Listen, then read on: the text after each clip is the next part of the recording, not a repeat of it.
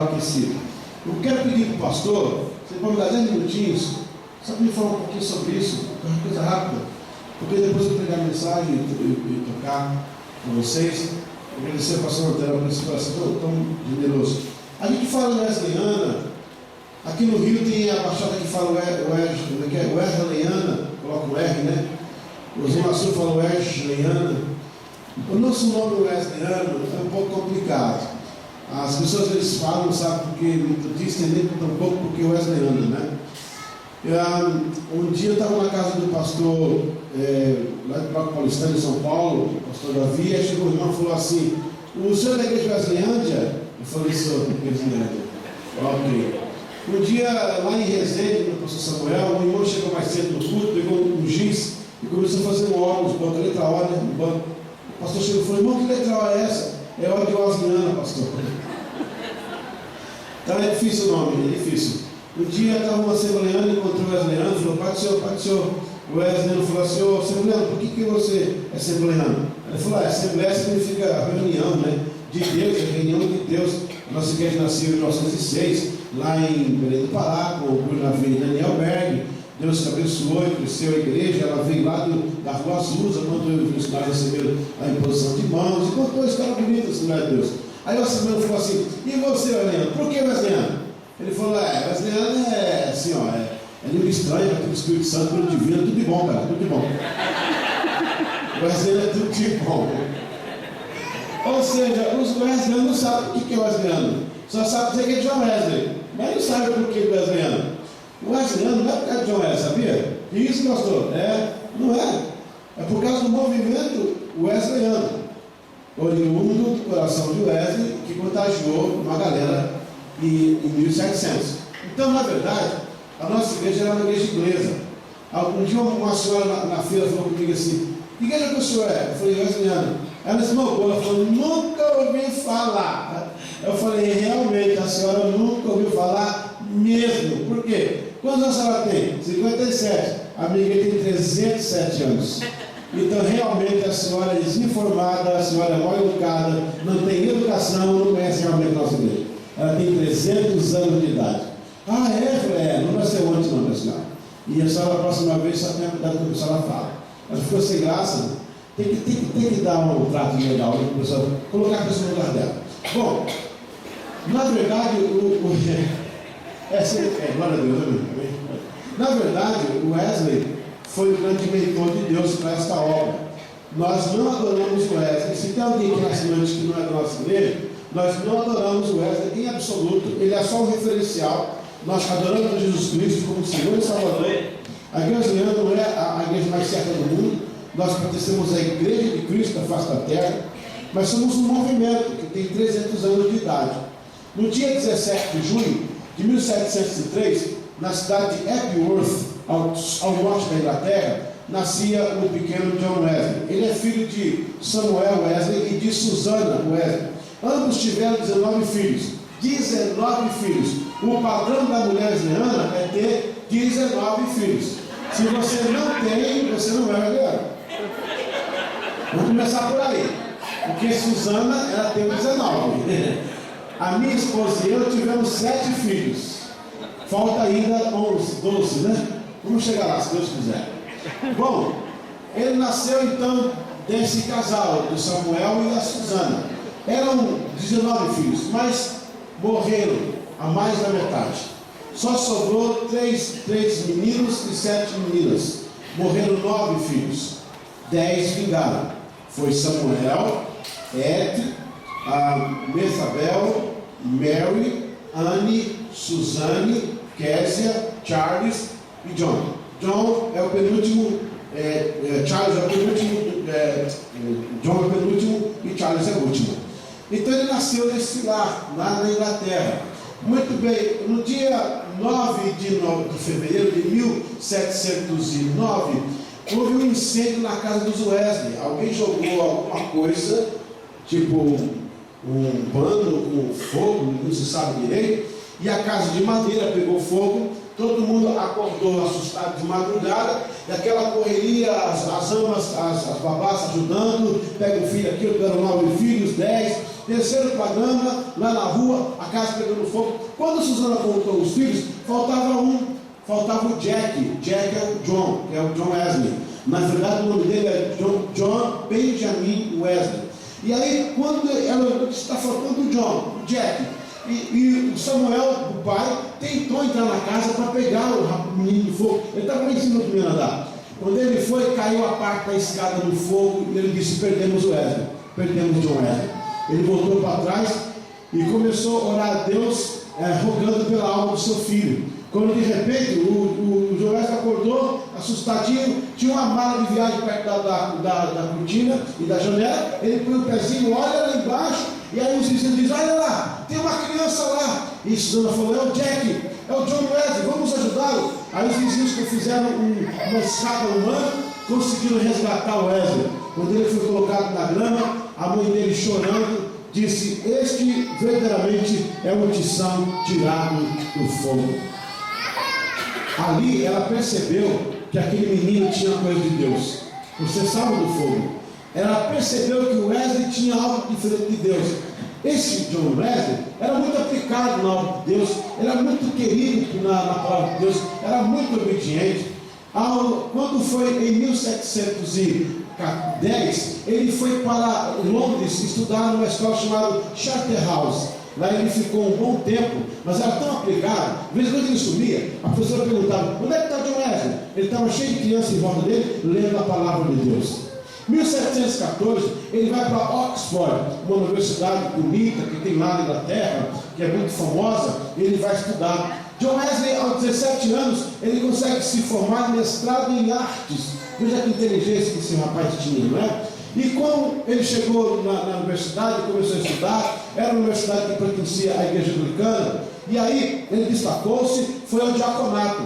O Wesley foi consagrado ao diaconato no dia 19 de setembro de 1725. Ele ficou muito feliz, mas o diácono não podia pregar ainda naquela época. Hoje pode se pregar, naquela época não. Ele continuou trabalhando, lecionando, e no dia 18 de outubro de 1727 ele vai ser consagrado agora a presbítero. Aí ele ficou feliz, pegou o cavalo e foi correndo para casa, mas parou em Salt Lake, que é uma cidade que tinha um pastor que era amigo dele. Disse: agora eu sou presbítero, agora eu posso pregar. Ele pregou a primeira mensagem dele nesse lugar, em Salt Lake. Mas foi tão rígida a mensagem, foi tão dura, que os irmãos foram embora para casa, ficou só o irmão pela mensagem dele. Mas ele não desanimou, continuou o pregador, foi ajudar o pai. Mas antes que ele fosse ajudar o pai dele era SD, era pastor em Epworth. Antes que ele fosse ajudar o pai, ele deixou uma carta para o irmão, que era o Charles Wesley. Charles Wesley escreveu mais de 7.000 canções. E o filho dele é o conhecido como Mozart inglês, que é o Samuel Wesley, filho de Charles Wesley.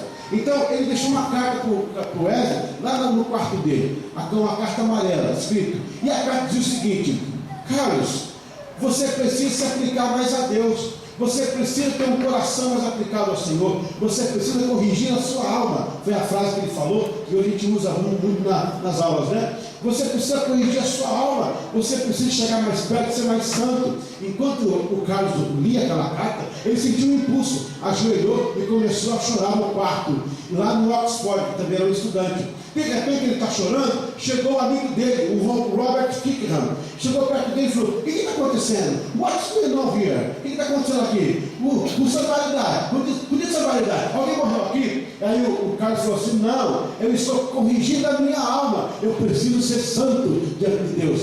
E o Roberto falou: então eu também quero buscar a santidade. Aí ajoelhou e começou a chorar os dois chorando. Chegou o William Morgan. O William Morgan disse: gente, o que está acontecendo aqui? Quem morreu? Todo mundo está chorando. Nós estamos corrigindo nossa alma, nós somos miseráveis, estamos precisando de Deus. Aí eu também quero isso. Ajoelhou. Dentro de poucos meses, a universidade estava cheia de garotos buscando a santidade e buscando a presença de Deus. O Wesley voltou em 1729, no dia 22 de novembro, às 14 horas, ele chegou na reunião e viu aquele grupo reunido e disseram: Wesley, você vai ser o nosso líder, o nosso pregador do grupo. E ele tomou conta daquele grupo muitos anos ali em Oxford, lá na Inglaterra. Aquele grupo começou a promover a caridade. Até então a igreja não fazia isso, mas começou a pegar os presos, começou a parar os órfãos. Em 1730 já tinham pregado em várias prisões da Inglaterra. O grupo começou a crescer e ser memorável o que eles faziam. No dia 23 de julho de 1735, vai falecer, no dia 5 de abril de 1735, vai falecer o pai de Wesley. Aquilo foi muito chocante para ele. E naquela época, ele, para também se consolar da morte do pai, ele conheceu o general Oglethorpe. E aí, o rei George da Inglaterra, tinha os Estados Unidos, que era uma descoberta nova, mandou o rei George, o Oglethorpe, como fosse o governador daquela província da Geórgia, lá nos Estados Unidos, e mandou o Wesley como capelão. O Wesley foi capelão nos Estados Unidos, lá na colonização. Pegaram o navio do The Simons no dia 14 de abril de 1735 e foram para os Estados Unidos. Chegando lá, ele se estabeleceu como capelão, mas ele teve alguns atritos. Um problema foi por causa de uma namorada, uma moça que ele começou a gostar, Isabelle Kickham. Ela é irmã de Robert Kickham. Mas quando os pais dela ficou sabendo quem era Wesley, disse para ela assim: não namora com o pregador wesleyano, porque não tem dinheiro e é itinerante. A tradição continua até hoje. Os pastores brasileiros não têm dinheiro e são itinerantes. Que coisa, né? Que herança. Ele ficou muito chateado. Na verdade, Isabela foi o grande amor da vida dele. Mas ele conheceu uma outra moça chamada Anne Murray. Anne Murray é uma moça bela. Ele também começou a conversar com ela. Só queria fazer uma viagem missionária. Então ele disse: eu vou viajar, quando eu voltar a gente casa. Quando ele viajou, chegou um outro seminarista e, 171, a menina gostou dele, casou com ele. Quando Wesley voltou, cheio de esperança para casar, a noiva estava casada com outro pastor, com outro pregador. Ele ficou muito triste. Como ele era o pastor, ele colocou os dois em disciplina. E não deu certa ceia para os dois. E aí veio um problema sério. A família da moça não gostou. Eles eram influentes na Geórgia, uma pessoa de dinheiro. Wesley quase teve que sair correndo de lá. Pegou um navio de volta para casa. Só que quando ele vinha no navio, na vinda, ele pegou uma tempestade muito forte no Atlântico. O navio balançava de um lado para o outro terrivelmente. E ele ficou assustado. Era um jovem pregador, conhecia muito a Bíblia, mas não conhecia aquela fé ainda verdadeira. De repente ele ouve os irmãos cantando, lá no sótão do navio, cantando. Ele falou: como é que pode o pessoal cantar no meio da tempestade? Que povo é esse? Ele subiu, sabe quem era? Eram os irmãos moráveis. Os irmãos moráveis, hoje é a República Tcheca, mas era o sudoeste da Alemanha naquela época, em 1700. Subiram lá, ele entrou, tinha 18 pessoas. Ele disse: gente, como é que vocês podem cantar no meio da tempestade? E disseram: Wesley, porque nosso coração está em paz do Senhor. Se morremos, para o Senhor morremos. Se vivemos, para o Senhor vivemos. E Wesley falou: que fé é essa que eu não conheço? Essa é a fé do Filho de Deus. Essa é a fé genuína em Cristo Jesus. E aquilo tocou o coração de Wesley. Ele ali percebeu que algo iria mudar. Na volta para a Inglaterra, ele atracou no porto de Deal no dia 2 de fevereiro de 1737, de volta. E ele começou a frequentar a casa de Peter Boller, que era um morável. E aí esse Peter Boller começou a ensinar a Wesley sobre esta fé. Peter, como é que faz para pregar essa fé? E Peter falou: pregue até você ter. E quando você ter, você pregará porque você tem. E ele continuou pregando. Era uma fé diferente, porque a igreja anglicana ensinava que a salvação era por penitência, era por sacrifício. E agora o morável pregava que a fé em Jesus não tem sacrifício, é só aceitá-lo como o seu Salvador e viver uma vida plena. E o Wesley começou a pregar essa palavra. E se incomodou o coração do Wesley. Ele começou a frequentar a rua Fetter Lane, onde havia lá um grupo de moráveis que se ajuntavam. Aí, em 1738, no dia 24 de maio, era 8 da noite, ele colocou o sapato, ele calçava 33, o Wesley. Não era baixinho, ele tinha 1,55 m.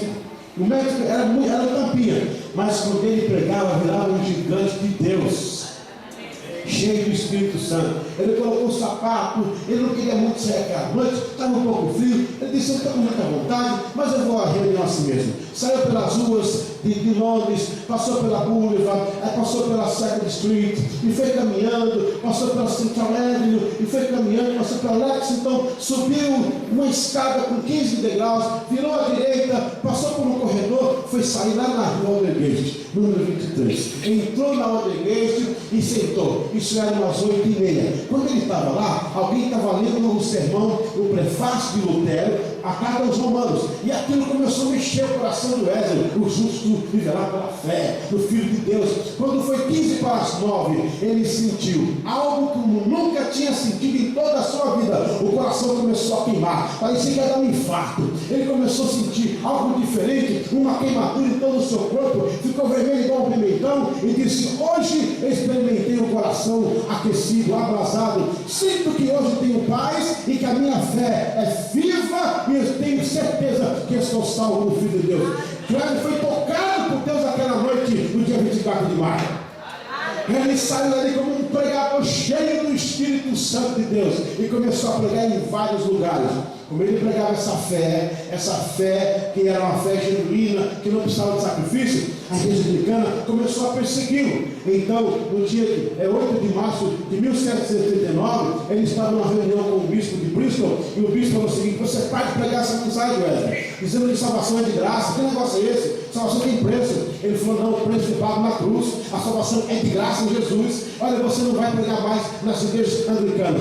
Eu não posso mais pregar? Então tá bom, agora a minha paróquia é o mundo. Ele saiu de lá e, montando o seu cavalo, ele caminhava durante todo o ano. Ele caminhava cerca de 7.000 quilômetros em cima do cavalo. Ele pregou 42.000 sermões. Ele rodou 376.000 quilômetros em cima do cavalo, equivalente algumas vezes à circunferência da terra. Pregou em toda a Inglaterra, Escócia, Alemanha, em vários lugares. No dia 5 de abril de 1739, ele estava em Bristol quando o pregador George Whitefield disse: Wesley, venha pregar as minas de carvão. Não, a pregação tem que ser dentro da igreja. Não, Wesley, lá fora precisa ouvir a palavra de Deus, e você precisa pregar, porque eu estou indo para os Estados Unidos e você vai pregar no lugar. No dia 5 de abril, o Wesley enche o peito, ele consegue pregar a primeira vez ao ar livre e prega uma mensagem. Quando os mineiros estão saindo das minas de carvão, todo sujo pelo pó do carvão, de repente o Wesley prega a mensagem poderosa do Espírito Santo. Diz a história que os mineiros paravam e sucos brancos apareciam em seus rostos por causa da lágrima que descia no coração de cada um. Ele foi para Epworth, seu pai já havia falecido, e agora ele vai tentar pregar naquela igreja. Quando ele chega, tem um recado para ele: você não pode mais pregar nos templos anglicanos. Ele falou: não posso pregar, então vou pregar aqui fora. Ele subiu no púlpito, no túmulo do pai, e começou a pregar. Durante um mês de pregação, toda a cidade se converteu a Jesus de Nazaré. Foi perseguido, foi humilhado em cima do cavalo, apanhou várias vezes, ele foi apedrejado algumas vezes. Metodistas eram tirados das casas, arrastados, mortos por causa da pregação. O púlpito da igreja metodista, no falo do Brasil, o metodismo no mundo geral, era alto, porque era para não dar tempo do agressor pegar o pregador. A mensagem era muito forte. Os púlpitos hoje já baixaram, parece que a mensagem não é tão mais forte como era antes. Precisamos voltar com um púlpito alto, com uma mensagem agressiva. Glória a Deus. Um dia lá em Bristol, ele estava pregando, e aí ele estava pregando contra a escravatura. Se você não sabe, fica sabendo, a escola nunca vai te ensinar, porque eles não querem dar o braço a torcer. Foram os metodistas que trouxeram a liberdade dos escravos do mundo. Você sabia disso? O nome dele chama-se William Wilberforce, está na história. Ele foi no parlamento inglês e lutou para derrubar a escravatura. Depois a princesa Isabel, aqui no Brasil, ela sancionou a lei dia 13 de maio de 1888. É uma influência metodista, mas o mundo não sabe disso. O Wesley pregando contra a escravatura. Então os senhores de engenho mandou pessoas para agredir os irmãos na igreja lá em Bristol. Ele estava com um pedaço de pau, com pedra. E quando o Wesley pregava, eles batiam nas pessoas. O Wesley levou um tijolo na cabeça, ele deu 2 passos atrás, voltou, continuou pregando, recebeu um outro tijolo na cabeça, cortou o supercílio. Aí os diáconos disseram: pastor, vamos sair daqui. E pegaram o Wesley enquanto batiam os irmãos. Ele saiu correndo pelo meio do corredor. O Wesley segurou os diáconos e disse: não, o soldado não corre na luta, o soldado marcha. Ele começou a marchar, levando pontapé, soco, até ir para o canto, para o fundo da igreja. Quando os vândalos foram embora, deixaram os irmãos sangrando, com as clavículas quebradas e costela quebrada, o Wesley perguntou: ainda há pessoas na igreja? Sim, pastor. E todo mundo estava ferido. Ele disse: vamos voltar e vamos celebrar a ceia do Senhor para o povo de Deus. Aleluia. voltou e celebrou a ceia do Senhor. Em 1744 ele fez a primeira conferência de um povo chamado metodista. O metodismo influenciou o mundo inteiro. As primeiras escolas públicas. Quem aqui como eu já estudou em escola pública? Levante a mão, glória a Deus. Isso é herança metodista, você não sabe. Foi o Wesley que começou a colocar escolas em anexo das capelas metodistas para ensinar a ler e escrever e para ensinar também o idioma. Esse movimento alastrou por todo o mundo e livrou a Inglaterra da Guerra Civil. 1793 teve a Revolução Industrial. A França entrou em guerra. A Inglaterra não, porque o Evangelho não deixou a Inglaterra entrar em guerra, porque os metodistas estavam lá. Glória a Deus. Depois de vários anos trabalhando na obra do Senhor, já cansado e velho, em 1791 ele vai pregar o último sermão dele embaixo de uma árvore, lá em Chelsea, na cidade de Chelsea. Depois, no dia 23 de fevereiro, ele prega a última mensagem dele no pequeno grupo, como ele começou há tantos anos atrás. No dia 22 de março, ele estava muito doente, 88 anos de idade já, cansado, fraco, numa cama, lá na rua City Road, em Londres, no primeiro andar, no quarto à esquerda. Estava Wesley lá deitado. Ele não usava colchão, Wesley. Não usava colchão, usava um lençol cheio de palha, porque o colchão da época era feito por mão escrava. E eles se recusavam a deitar no colchão feito por mãos escravas. Os metodistas não usavam açúcar, porque o açúcar vinha da mão escrava. Eles não usavam açúcar. O povo metodista é um pouco diferente. Glória a Deus. E aí, agora ele vai morrer naquele dia, 7h25 da manhã, ele acorda balbuciando algumas palavras. 7h36, ele começa a recitar um dos versos do cântico do seu irmão Charles Wesley. Charles Wesley foi um grande companheiro. Ele morreu em 1788. Quando ele morreu, o Wesley sentiu muito, porque era um companheiro de cruzadas. Ele cantava e o Wesley pregava. Ele cantava e o Wesley pregava. E naquela manhã, o Wesley lembrou uma das canções de Charles Wesley, que dizia o seguinte: ó Senhor, recebe o peregrino que vai. Recebe com amor os teus tabernáculos aquele que um dia foi redimido pelo sangue de Jesus. Tem 18 pastores metodistas brasileiros lá perto, uma irmã que está cuidando dele também. 8h15, ele levanta a vozinha fraca dele e fala farewell, significa adeus. E os irmãos começaram a chorar, porque estava ali morrendo Wesley, numa quarta-feira, numa mesma quarta-feira que ele recebeu o coração abrasado. E de repente, quando Wesley fala o farewell, já pálido, todo ali na cama doente, eu posso entender que o inferno entrou em festa. Acabou-se o pregador do século XVIII, acabou-se o Wesley, aquele que incomodou, que pregou contra o cigarro, a bebida, o sexo ilícito, o adultério, contra o pecado. Acabou a voz do metodismo, e o Wesley morreu e começou uma festa no inferno. De repente, 8h15, no mesmo horário que ele recebeu o coração abrasado, ele volta assim, abre os seus olhos cansados, e a sua mão que tanto segurou na Bíblia, tremendo a mão esquelética, fina por causa da doença, levanta o braço e diz a sua última frase em vida: o melhor de tudo é que Deus está conosco. Glória a Deus. Irmãos e irmãs, eu queria falar isso por causa desse mês que foi o dia do coração abrasado, para que vocês saibam que vocês têm o certificado de nascimento. Essa igreja não é fruto de discórdia, de divisão, de outra coisa. Ela tem 300 anos de história que influenciou o mundo. Glória a Deus pela sua vida. E mais por ser wesleyano é ser servo de Jesus Cristo. E mais por gostar do Wesley é amar Jesus. Porque o Wesley é só uma referência, mas Jesus é o nosso Senhor e o Salvador. Amém? Glória a Deus.